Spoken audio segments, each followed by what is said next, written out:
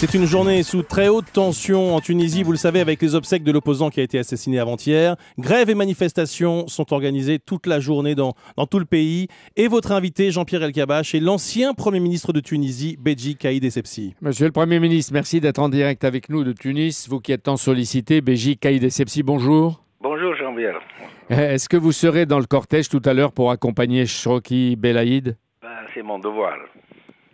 Et vous serez avec la famille? Bien entendu, je vais aller maintenant juste rendre visite à la famille, puis après je vais accompagner le cortège, évidemment, c'est la moindre des choses. Aujourd'hui, les Tunisiens, qu'est-ce qu'ils veulent faire? Une démonstration de force? Ou plutôt d'abord une démonstration de dignité et certainement, par conséquent, une démonstration de force, parce que je crois qu'on va avoir une foule peut-être supérieure à celle du jour où Ben Ali a pris la fuite. La crise est montée d'un cran. Il paraît qu'il y a eu de multiples affrontements à l'intérieur du territoire tunisien. On dit que la Tunisie n'est pas loin du chaos. Quand on est à Paris, on croit que tout peut exploser. Il y a déjà tellement de violence. Écoutez, la Tunisie n'est certainement pas au meilleur de sa forme, mais dire qu'elle est au bord du chaos, c'est un peu exagéré. Évidemment, nous avons des tensions. Et au fond, c'est dû à la mauvaise gestion des affaires par le gouvernement. Mais autrement, nous pouvons toujours nous en tirer. Mais c'est vrai que nous sommes dans une période difficile, transitoire, je l'espère, mais quand même, le gouvernement ne remplit pas ses fonctions. Et je crois que même le Premier ministre vient d'annoncer qu'il se propose de dissoudre son gouvernement et de former un nouveau gouvernement de technocrates. Oui, mais son parti islamiste Ennahda l'a désavoué. Est-ce qu'il peut encore gouverner? Vous savez, gouverner, c'est pas peu dire, hein, parce que réellement, il est déjà au gouvernement depuis 1 an et demi presque, et au fond, quand on juge par le résultat, c'est pas fameux. Vous voulez dire que ce gouvernement et ce parti qui ont été majoritaires il y a quelques mois ont complètement échoué? Ils avaient une majorité relative, mais ils ont formé une coalition pour pouvoir gouverner. Et évidemment, ils ont mal gouverné parce que maintenant, tous les indicateurs en Tunisie sont presque au rouge, hein, sur le plan économique et maintenant aussi sur le plan sécuritaire. Est-ce qu'ils ont vraiment voulu islamiser, comme on le dit, la société tunisienne? Ils ont tenté, c'est certain. C'est le grand problème entre eux et nous.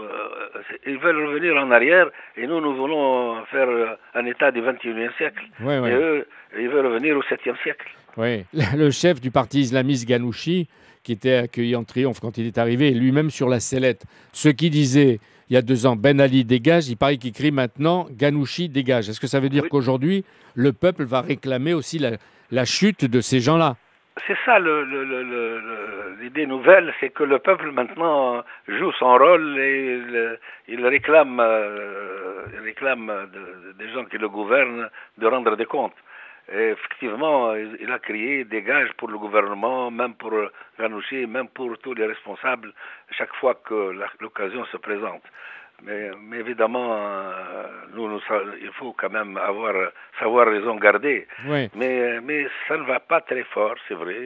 Les salafistes, Monsieur Essebsi, les salafistes, sur leur Facebook, font circuler la liste noire des hommes à abattre. Il paraît que vous êtes aussi menacé? Vous vous sentez...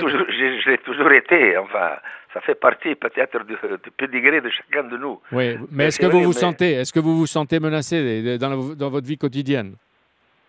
Oui, mais bien sûr, c'est pour ça que quand même je prends des précautions et même le gouvernement a été au fait de ces menaces et j'ai quand même actuellement une escouade de policiers qui me gardent. Oui, mais tous ne sont pas, comme vous, protégés par les policiers. Il y a des opposants qui sentent la menace peser sur eux. Est-ce que vous sentez qu'il y a des armes qui circulent en Tunisie? Ah, oui, absolument, ça c'est vrai. C'est la nouvelle donne. À cause de notre voisinage de la Libye, évidemment, il y a beaucoup d'armes qui circulent, certainement pour faire le transit vers d'autres destinations, mais il y a une quantité d'armes qui restent en Tunisie, et ça c'est préoccupant, bien entendu. Est-ce que vous voulez dire que les salafistes sont peut-être soutenus par des brigades internationales de djihadistes, des non-tunisiens? Vous savez, déjà les Tunisiens sont un peu partout. Hein. Si vous regardez ce qui s'est passé en Algérie à In Amenas, il y a 11 Tunisiens parmi les gens qui ont attaqué cette centrale gazière. Et même en Syrie, il y a des Tunisiens. Généralement, il n'y a pas d'étrangers en Tunisie, mais il y a des Tunisiens qui sont dans les mouvements que vous venez de qualifier de djihadistes, c'est vrai. Ouais. J'ai entendu que vous réclamiez la démission de tout le gouvernement et de son Premier ministre. Pour aboutir à quoi? D'abord, ça pour aboutir à notre gouvernement, n'est-ce pas? Oui, mais sur ce plan-là, je suis d'accord avec le Premier ministre lui-même, puisque lui-même vient d'annoncer qu'il va dissoudre son gouvernement et il pense maintenant constituer un nouveau gouvernement de technocrates. Mais il n'a pas l'autorisation de son parti. Et il est minoritaire chez Ennahda, c'est-à-dire que c'est un modéré, alors que les durs ont pris plutôt le pouvoir. Non, lui, il est le secrétaire général d'Ennahda. Il est modéré, non, mais c'est à l'épreuve du pouvoir, il est beaucoup plus réaliste, n'est-ce pas, que ceux qui sont dehors. Mais de toute façon, nous sommes en crise, n'est-ce pas? Et il y a un conflit à l'intérieur même du parti Ennahda, ce qui ne facilite pas les choses. Le pouvoir a créé des comités de défense de la révolution, comme en Iran, des bandes de nervis surarmés prêts à tout.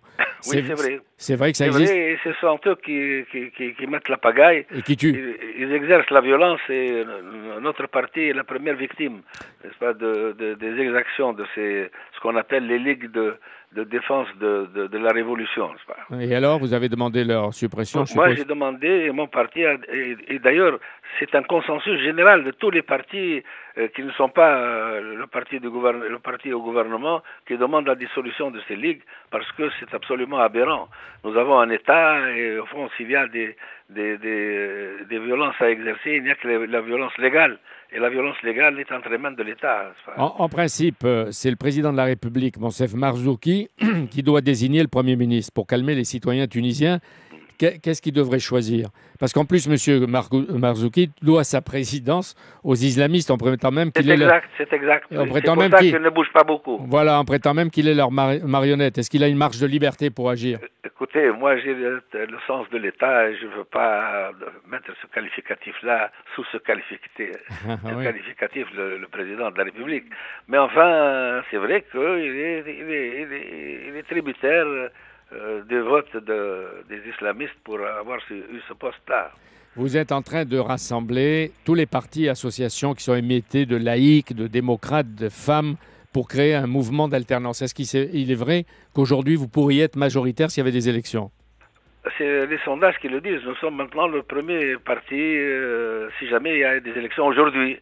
Mais comme vous savez, les sondages, ça va et ça vient. Hein. Oui, les élections pour la présidence de la Tunisie, pour les assemblées, devaient avoir lieu en octobre dernier, prévues pour juin. Elles risquent d'être reportées. Qu'est-ce que vous demandez?